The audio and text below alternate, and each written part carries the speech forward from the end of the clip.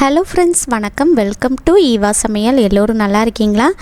தூக்கி போடுற இந்த பொருளை கிச்சன் சிங்கில் போட்டு பாருங்கள், நீங்களே ஆச்சரியப்படுவீங்க. இது கூடவே எல்லோருக்கும் ரொம்ப யூஸ்ஃபுல்லான ஒரு சில டிப்ஸும் பார்க்கலாங்க. வீடியோவை ஸ்கிப் பண்ணாமல் பாருங்கள். நம்ம சேனலை இப்போ தான் ஃபஸ்ட் டைம் பார்க்குறீங்கன்னா சப்ஸ்கிரைப் பண்ணலைன்னா சப்ஸ்கிரைப் பண்ணிக்கோங்க ஃப்ரெண்ட்ஸ். பக்கத்தில் இருக்க நோட்டிஃபிகேஷன் பெல் ஐக்கானை கிளிக் பண்ணிக்கோங்க. இப்போ நம்ம ஃபஸ்ட்டு டிப் என்னன்னு பார்க்கலாங்க. நம்ம வீட்டில் டோர் மேட்லாம் பார்த்திங்கன்னா 2 வாரத்துக்கு ஒரு தடவை அல்லது மாதத்துக்கு ஒரு தடவை நம்ம துவைச்சி எடுத்தாலும் சீக்கிரமாகவே அதில் அழுக்கு படிஞ்சிடும். இந்த டிப்பில் நம்ம ஒரு சொட்டு தண்ணி யூஸ் பண்ணாமல் மேட்டில் இருக்கிற அழுக்கு எல்லாத்தையுமே எப்படி கைவலிக்காமல் ஈஸியாக ரிமூவ் பண்ணுறது தான் பார்க்க போகிறோம். இப்போ நம்ம இந்த டோர் மேட்டுக்கு மேலே ஃபஸ்ட்டு சேர்க்குற பொருள் பார்த்திங்கன்னா பேக்கிங் சோடா, ஆப்ப சோடான்னு சொல்லுவோம் இல்லையா, அதுதான். இதில் 1 டீஸ்பூன் எடுத்து சேர்த்துக்கங்க. பேக்கிங் சோடா சேர்க்குறதுனால மேட்டில் இருக்கிற கிருமி எல்லாமே அழிஞ்சிடும். இப்போ அடுத்ததாக நம்ம எடுத்திருக்க பொருள் பார்த்திங்கன்னா டால்கம் பவுடர். நான் யார்ட்லி பவுடர் எடுத்திருக்கேன். நீங்கள் உங்கள் வீட்டில் என்ன பவுடர் யூஸ் பண்ணுவீங்களோ அது எடுத்துக்கலாம். எக்ஸ்பயர்டான பவுடராக இருந்தால் கூட நீங்கள் பயன்படுத்தலாம். பவுடர் எக்ஸ்பயர்ட் ஆயிடுச்சு அப்படின்னா நீங்கள் அதை தூக்கி போடாமல் இந்த மாதிரி க்ளீனிங் பர்பஸ்க்கெலாம் யூஸ் பண்ணிக்கலாம். இந்த மாதிரி பவுடரை மேட்டுக்கு மேலே எல்லா பக்கமும் நல்லா தூவி விடுங்க. இந்த மாதிரி நல்லா ஸ்ப்ரெட் பண்ணி விடுங்க. இப்போ அடுத்ததாக நம்ம துணி துவைக்கிறதுக்கு யூஸ் பண்ணுற ப்ரெஷ் இருக்கு இல்லையா, இதை வச்சு தான் நம்ம இந்த மேட்டை க்ளீன் பண்ண போகிறோம். எல்லா சைடுமே இந்த மாதிரி நல்லா ஸ்க்ரப் பண்ணி விடுங்க. இது போல் நீங்கள் நல்லா ஸ்க்ரப் பண்ணி விடுங்க. இந்த மாதிரி நம்ம தேய்ச்சி விடும்போது மேட்டில் இருக்கிற அழுக்கு எல்லாமே ஈஸியாக வெளியே வந்துடுங்க. மேட்டு நல்லா புத்தம் புதுசாக பளிச்சுன்னு சுத்தமாயிடும். ஒரு சொட்டு தண்ணி இல்லாமல் நம்ம ஈஸியாக க்ளீன் பண்ணிடலாம். இதில் நம்ம பவுடர் ஆட் பண்ணியிருக்கிறதுனால இந்த மேட்டில் நல்லா அந்த பவுடர் ஸ்மெல் அடிச்சுக்கிட்டே இருக்கும். ஸோ நல்ல வாசனையாகவும் இருக்கும். பேக்கிங் சோடா பார்த்திங்கன்னா இதில் இருக்கிற பாக்டீரியா எல்லாத்தையுமே அழிச்சிடுங்க. நம்ம தண்ணியில் மேட்டை வாஷ் பண்ணுறதும் ரொம்ப முக்கியம் தான். ஆனால் அடிக்கடி நமக்கு வாஷ் பண்ண முடியல அப்படின்னா எப்போவாவது நீங்கள் இந்த டிப்பு ஃபாலோ பண்ணலாம். எவ்வளோ அழுக்கு இருந்தாலும் அந்த அழுக்கு எல்லாமே ஈஸியாக ரிமூவ் ஆகிடும். இப்போ பாருங்கள் இதில் எவ்வளோ அழுக்கு வந்திருக்குன்னு. அந்த டஸ்ட்டில் மேட்டில் இருந்த அழுக்கு எல்லாமே சேர்ந்து வந்துருச்சு. இதை நம்ம கூட்டி எடுத்துடலாம்.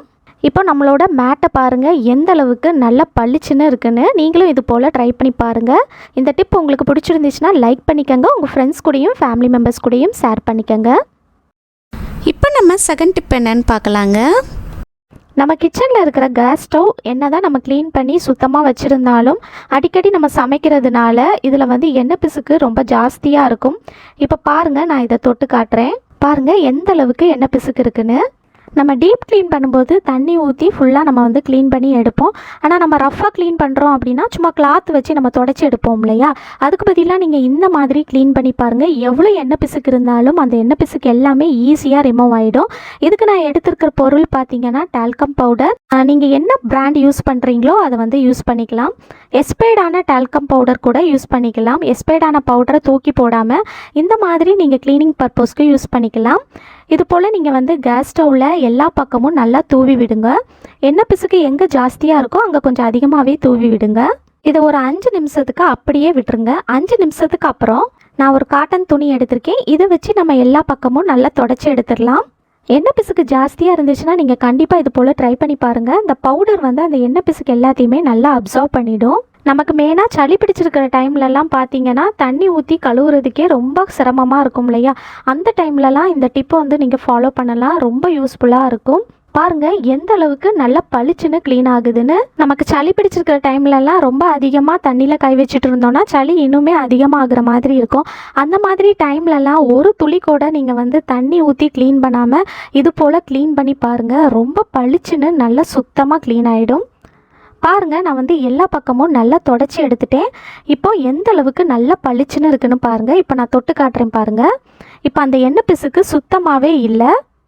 சூப்பராக நம்ம ஈஸியாக க்ளீன் பண்ணி எடுத்துட்டோம். கண்டிப்பாக இது எல்லாருக்குமே ரொம்ப யூஸ்ஃபுல்லாக இருக்கும். ட்ரை பண்ணி பாருங்கள். இந்த டிப் உங்களுக்கு பிடிச்சிருந்துச்சுன்னா லைக் பண்ணிக்கோங்க. உங்கள் ஃப்ரெண்ட்ஸ் கூடயும் ஃபேமிலி மெம்பர்ஸ் கூடயும் ஷேர் பண்ணிக்கோங்க. இப்போ நம்ம தேர்ட் டிப் என்னன்னு பார்க்கலாங்க. நம்ம வீட்டில் கரண்ட் போயிடுச்சு அப்படின்னா மெழுகுவர்த்தி வந்து ஏற்றி வைப்போம். அது ஏற்றி வைக்கிறதுக்கு நம்ம ஏதாவது ஒரு தட்டு அல்லது கிண்ணத்தில் தான் ஏற்றி வைப்போம்.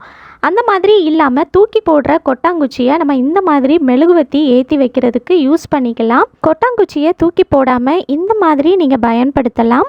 மெழுகுவர்த்தி ஏற்றுனதுக்கப்புறமா இந்த சரட்டைக்குள்ளே கொஞ்சமாக தண்ணி ஊற்றி விட்டுருங்க. இந்த தண்ணி ஊற்றுறதுனால மெழுகுவர்த்தி சீக்கிரமாக கரைஞ்சி போகாமல் இருக்குங்க. ஸோ ரொம்ப நாளைக்கு இந்த மெழுகுவர்த்தி நமக்கு வரும்.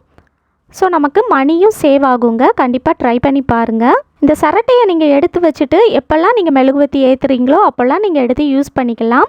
இந்த டிப் உங்களுக்கு ரொம்பவே யூஸ்ஃபுல்லாக இருக்கும்னு நினைக்கிறேன். பிடிச்சிருந்துச்சுன்னா லைக் பண்ணிக்கோங்க. உங்கள் ஃப்ரெண்ட்ஸ் கூடயும் ஃபேமிலி மெம்பர்ஸ் கூடயும் ஷேர் பண்ணிக்கோங்க. இப்போ நம்ம 4th டிப் என்னன்னு பார்க்கலாங்க. நம்ம வீட்டில் இட்லி மாவு தோசை மாவுலாம் புளிச்சிருச்சு அப்படின்னா அதை வந்து தூக்கி போட்டுருவோம். இனி வந்து அந்த மாதிரி தூக்கி போடாதீங்க. இதை வந்து நம்ம யூஸ்ஃபுல்லாக பயன்படுத்தலாம்.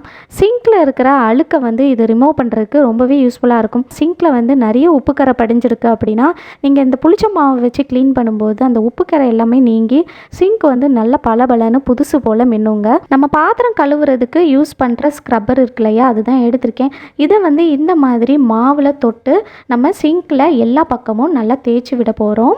இது போல் நீங்கள் எல்லா பக்கமும் நல்லா தேய்ச்சி விடுங்க. கிச்சன் சிங்கில் நிறைய உப்புக்கரை படிஞ்சிருக்கு அப்படின்னா நீங்கள் இந்த மாதிரி புளிச்ச மாவை வச்சு க்ளீன் பண்ணி பாருங்கள். அந்த உப்புக்கரை எல்லாமே நீங்கி உங்கள் சிங்க் வந்து அப்படியே புதுசு போல் பளிச்சுன்னு மின்னும். ஸோ நீங்கள் மாவு புளிச்சிருச்சு அப்படின்னா அதை தூக்கி போடாமல் இந்த மாதிரி நைட்டு தூங்குறதுக்கு முன்னாடி கிச்சன் சிங்கை வந்து க்ளீன் பண்ணுறதுக்கு பயன்படுத்தலாம். கிச்சன் சிங்கில் இருக்கக்கூடிய டேப்பில் கூட நீங்கள் இந்த மாதிரி புளிச்ச மாவை பயன்படுத்தி க்ளீன் பண்ணலாம். நிறைய உப்புக்கரை படிஞ்சிருக்கு, ரொம்ப அழுக்காக இருக்குது அப்படின்னா நீங்கள் இந்த டிப்பு வந்து கண்டிப்பாக ஃபாலோ பண்ணி பாருங்கள். நல்ல பளிச்சுன்னு புதுசு போல் மின்னுங்க. எல்லா பக்கமும் நல்லா தேய்ச்சி விட்டாச்சு. தேய்ச்சி விட்டதுக்கப்புறமா ஒரு 5 நிமிஷத்துக்கு அப்படியே விட்டுருங்க. 5 நிமிஷம் மாவு நல்லா ஊறிடுச்சு, ஓரளவுக்கு நல்லா காஞ்சிடுச்சு. இப்போ நம்ம இந்த ஸ்க்ரப்பரை வச்சு எல்லா பக்கமும் நல்லா தேய்ச்சி விட்டுடலாம். இது போல் நீங்கள் எல்லா பக்கமும் நல்லா தேய்ச்சி விட்டுட்டு அதுக்கப்புறமா தண்ணி ஊற்றி நல்லா கழுவி எடுத்துருங்க. உங்கள் வீட்டு கிச்சன் சிங்கில் நிறைய உப்புக்கரை படிஞ்சிருக்கு, நிறைய அழுக்கு இருக்குது அப்படின்னா நைட்டு தூங்குறதுக்கு முன்னாடி நீங்கள் இந்த மாதிரி புளிச்ச மாவை ஃபுல்லாக அப்ளை பண்ணி விட்டுட்டு காலையில் கூட நீங்கள் க்ளீன் பண்ணலாம். தண்ணி ஊற்றி கழுவுனதுக்கப்புறமா நம்மளோட சிங்க் வந்து எப்படி இருக்குன்னு பார்க்கலாம். இந்த புளிச்ச மாவை பயன்படுத்தி நம்ம கிச்சனில் இருக்கிற டைல்ஸு கூட நம்ம க்ளீன் பண்ணலாம். பாருங்கள், தண்ணி ஊற்றி கழுவுனதுக்கப்புறமா நம்மளோட சிங்க் வந்து எந்த அளவுக்கு நல்ல பளிச்சுன்னு மின்னுதுன்னு. உங்கள் வீட்டு கிச்சன் சிங்கில் எவ்வளோ அழுக்கு இருந்தாலும் இந்த டிப் யூஸ் பண்ணி க்ளீன் பண்ணி பாருங்கள். இனி வந்து புளிச்ச மாவை தூக்கி போடாமல் இந்த மாதிரி நீங்கள் யூஸ்ஃபுல்லாக பயன்படுத்தி பாருங்கள். நல்ல பளிச்சுன்னு புதுசாக மின்னுங்க. இந்த டிப் உங்களுக்கு ரொம்பவே யூஸ்ஃபுல்லாக இருக்கும்னு நினைக்கிறேன். பிடிச்சிருந்துச்சுன்னா லைக் பண்ணிக்கோங்க. உங்கள் ஃப்ரெண்ட்ஸ் கூடயும் ஃபேமிலி மெம்பர்ஸ் கூடயும் ஷேர் பண்ணிக்கோங்க. இப்போ நம்ம 5th டிப் என்னன்னு பார்க்கலாங்க. நம்ம வீட்டில் இட்லி தோசை மாவுலாம் முடிஞ்சிருச்சு அப்படின்னா அந்த பாத்திரத்தை வந்து நம்ம கழுவி அப்படியே அந்த தண்ணியை வந்து கீழே ஊற்றிடுவோம். இனி வந்து அந்த மாதிரி ஊற்றாதீங்க. அதை நம்ம யூஸ்ஃபுல்லாக பயன்படுத்தலாம். பாத்திரத்தில் கொஞ்சம் தண்ணி சேர்த்து இந்த மாதிரி நல்லா மிக்ஸ் பண்ணி எடுத்துக்கோங்க. இதை நம்ம ரொம்பவே யூஸ்ஃபுல்லாக பயன்படுத்தலாம். நம்ம வீட்டில் இருக்கிற செடிகளுக்கு இந்த மாதிரி புளிச்ச மாவு தண்ணியை ஊற்றி விடலாம். இந்த மாதிரி ஊற்றுறதுனால செடி வந்து நல்லா ஆரோக்கியமாக சூப்பராக வளருங்க. பூச்செடியாக இருந்துச்சுன்னா நீங்கள் அதில் கூட ஊற்றலாம். ரோஜா செடிலாம் உங்கள் வீட்டில் வச்சுருக்கீங்க அப்படின்னா அதிலெல்லாம் ஊற்றி விட்டீங்க அப்படின்னா செடி வந்து நல்லா ஆரோக்கியமாக வளரும். பூ வந்து நல்லா அடர்த்தியாக பூக்குங்க. இனி வந்து இதை வேஸ்ட் பண்ணாமல் இந்த மாதிரி ட்ரை பண்ணி பாருங்கள். இந்த டிப் உங்களுக்கு பிடிச்சிருந்துச்சுன்னா லைக் பண்ணிக்கோங்க. உங்கள் ஃப்ரெண்ட்ஸ் கூடயும் ஃபேமிலி மெம்பர்ஸ் கூடயும் ஷேர் பண்ணிக்கோங்க. நம்ம சேனலை இப்போ தான் ஃபஸ்ட் டைம் பார்க்குறீங்கன்னா சப்ஸ்கிரைப் பண்ணலன்னா சப்ஸ்கிரைப் பண்ணிக்கோங்க. ஃப்ரெண்ட்ஸ் பக்கத்தில் இருக்க நோட்டிஃபிகேஷன் பெல் ஐக்கானை கிளிக் பண்ணிக்கோங்க. தேங்க்யூ.